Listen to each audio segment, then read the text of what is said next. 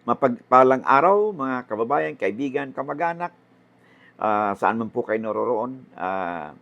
Hopefully kayo po ay nasa mabuting kalagayan. Ang ating pong topic 'no, sa usaping ito ay may kinalaman po sa sulat po sa atin ni Liwaywire Hernandez. Ito po ang kanyang sulat 'no, at bibigyan po natin ng daan. Sabi niya dito, "Sir, good day po. Paano kung parehong namayapa na po ang mga mag-asawa, ah, at, ah, at nag-live-in na po ang dalawa. In short, yung byudo at saka byuda pareho ng nag-live-in sila, no? Ang sulat niya dito ng 16 years na. Pero yung lalaki daw na byudo ay may mga naiwang lupa, no? Doon sa kanilang area at may mga anak din. So ang tanong niya ngayon, dahil 16 years nang nagsasama, nag-live-in yung byudo't byuda bilang mag-asawa, pero hindi naman daw kasal. Ay entitled ba na magmana itong si ka-live-in niya na babae, na byuda, no? Dahil namayapa na itong si kanyang ka-live-in na lalaki.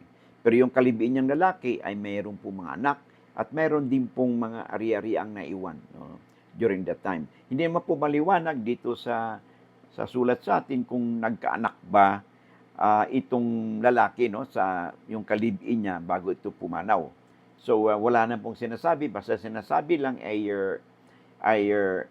yung may mga anak yung byudo sa una siguro, at ang may entitled ba na magmana si ka-live-in partner kasi 16 years na daw po silang kasal.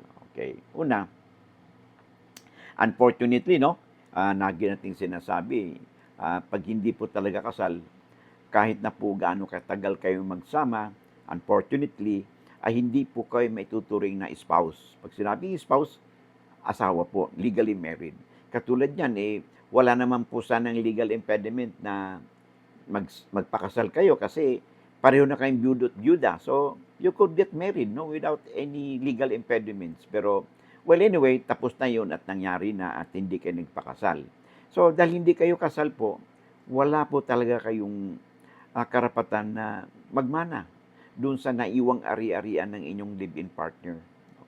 At ibang maliban na lang kung halimbawa doon sa pagsama ninyo ay kayo ay nakapagpundar ng mga properties, mga ari-arian. So in this way, ay yung naipundar ninyo na bilang mag-live-in partner, kayo ay matuturing na mga co-owners doon sa nasabing properties. Pero doon po sa mga property ng inyong live-in partner na namayapa na ito ay lupa, no, na presumably acquired niya, no, during the time na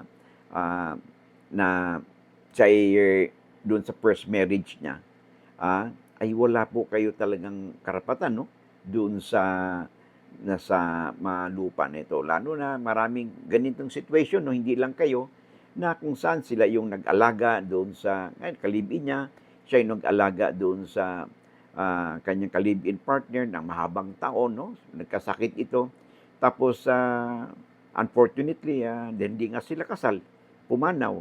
So, hindi siya entitled na magmana, no, mula doon sa kanyang ka-live-in partner na inalagaan niya at nagsama sila ng mahabang panahon. Tulad nito, 16 years, no, silang nagsama. So, in this particular case, ang maaari lang po magmana, no, sa lupa na inyong live-in partner ay of course yung kanyang mga anak. Okay? Although hindi sinabi dito, no, na kung ilan bang anak ng inyong ka-live-in partner o kung may anak ba, wala. Now, assuming kung may anak, ay siyempre yung anak ng live-in partner ninyo ang entitled na magmana. Okay? Kung wala namang anak ang inyong live-in partner, entitled ba rin ba kayo magmana? Hindi rin po, kasi hindi nga kayo kasal. Kung halimbawa yung anak ng live-in partner ninyo na pumanaw na, ang live-in partner niyo pumanaw na at wala naman siyang anak. Okay? Ang pwedeng magmana ay yung kanyang mga collateral relatives. Sino yun? Ay di yung kanyang mga kapatid. Sila po yung pwedeng magmana. At kung Yung kapatid naman ay pumanaw na rin. Ay siyempre, yung kanyang mga pamangkin. So in short, dahil hindi kayo po kasal, you are not entitled to really entitled to the legitimate o mga naiwang property, no, ng inyong ka-live-in partner, sad to say. So I hope itong episode nito ay magsisilbing aral, no, sa mga kababayan natin, sa kaibigan po natin, no, kung kakilala po natin, no, o kapitbahay natin na similarly situated, na mapag-relate po kayo dito, at kung kayo ay in the same situation, maaaring pag-usapan po niyo yun, maaaring mapakasal kayo, okay? Or maaari din naman na yung ka-live-in partner pwede magmana. Paano po?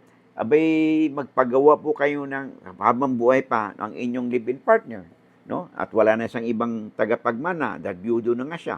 At may anak man siya o wala dun sa una, pwede pa rin kayong magmana kung ang inyong live-in partner bago pumanaw ay gagawa po ng last will and testament, no? Na kung saan kayo ay gagawin niyang voluntary heirs o beneficiary doon sa kanyang naiwan na net estate po niya. And in this way, pwede po kayong magmana, no? Hindi bilang tinatawag nating compulsory heirs, kundi bilang tinatawag nating voluntary or heirs or beneficiary. Kasi po, ito po ay karapatan ng isang testator, no, na kung kanino niya ipamimigay yung kanyang property, pero mayroon pong pero doon, subject to their condition na yung mga heirs, yung kanyang mga compulsory heirs, no, sino yun? Anak niya o yung surviving spouse niya, ay hindi po mawawalaan ng legitim o mabawasan o mapagkaitan ng legitim o inheritance, no, sa ilalim ng batas natin.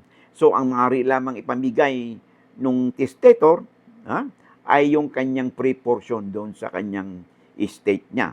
Pwede niya itong ipamahagi sa, in fact, kahit kanino.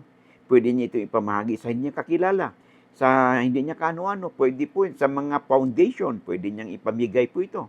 At tulad kayo, kaibigan o ka-live-in kayo, pwede niya kayong pagmanahan, no, na gagawin kayong voluntary beneficiary or voluntary heirs, no, sa mula sa estate niya, sa pre-portion, no, ng testator. But in this particular case, kung wala naman pong ginawang last will and testament po ang inyong ka-live-in partner for the last 16 years, unfortunately po, no, ay hindi po kayo entitled na magmana.